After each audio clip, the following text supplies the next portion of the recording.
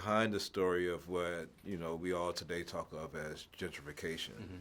Um, it's interesting how it resolves itself too. I don't want to ruin it for the audience, but I mean, what about that story and your family history made you curious?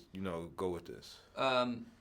Yeah, I go further too and say, not just gentrification, but in the case of in the period in the 50s, it wasn't just that. It was because we think of gentrification, we think of like sort of the dislocation of changeover of like who lives in a neighborhood. Yeah. In those days, they took they in like the one character says, this isn't slum removal, this is Negro removal. It wasn't about they didn't move people out. They completely raised stable, diverse, rich communities, and built the worst slums in the world. They built the projects. And so they took a thing that was rich, stable, vital, part of the vitality of a city, and they created these literally poverty traps, we would now call them. Wow. And it's like and we live with we live in the consequences of this thing, and now they seem like very difficult problems to solve because you can't unmake that. And in a way, part of the danger, I think, is absorbing these things is like intrinsic, and you go, no, these were things that were done with intent and by design.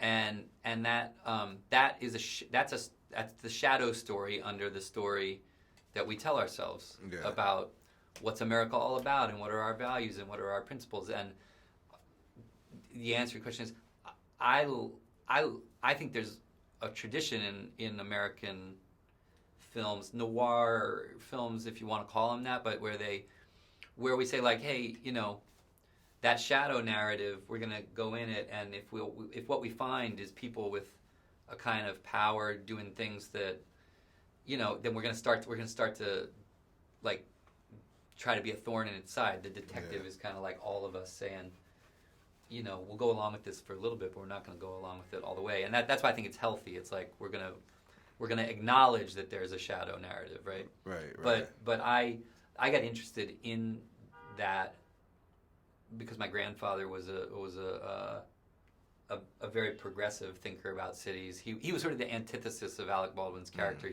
He really believed in sustaining and revitalizing communities, not like sort of in infrastructure in a way. And I was very inspired by him. He inspired a lot of people. His work in New York was really significant in terms of the revitalization of the South Bronx and lots of other places. And I just wanted to.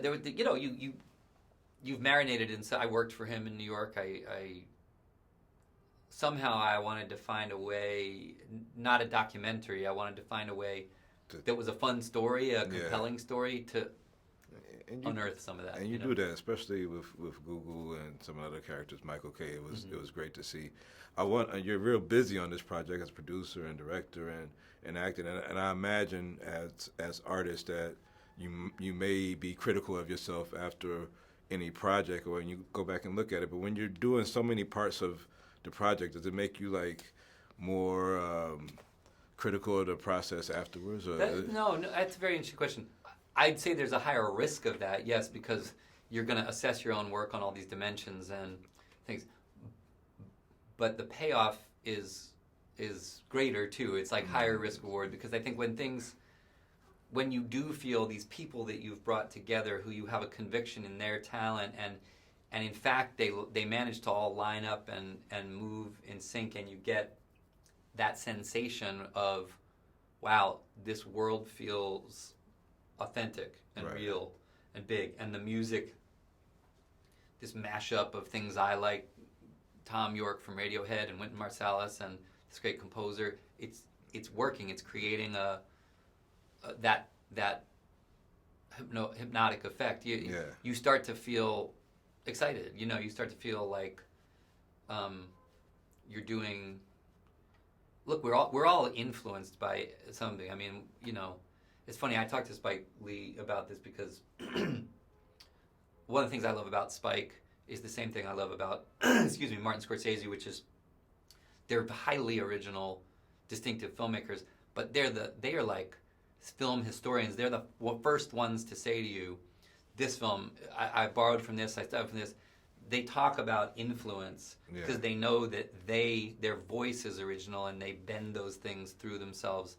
And I wanted to make, I was very affected by LA Confidential and those types of things, but I was also affected by Do the Right Thing. Like Do the Right Thing, there's a guy, he wrote, acted, produced, and directed a movie about his own community. He did it stylistically, dynamically, and he did it efficiently. And when I worked with Spike, he made the 25th Hour in 26 days.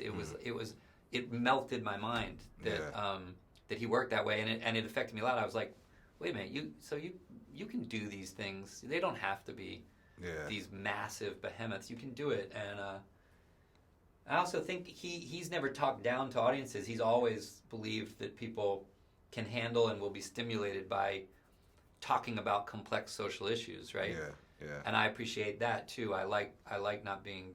So I was like, the people that come before you that inspire you, if you really fully absorb what they've done, they give you the confidence to say, let's not back off. Let's not talk down to people or be afraid to try to make a fun ride, but that has actual texture and intelligence and ideas in it. Everybody's eating a lot of cheeseburgers already. They don't need another one.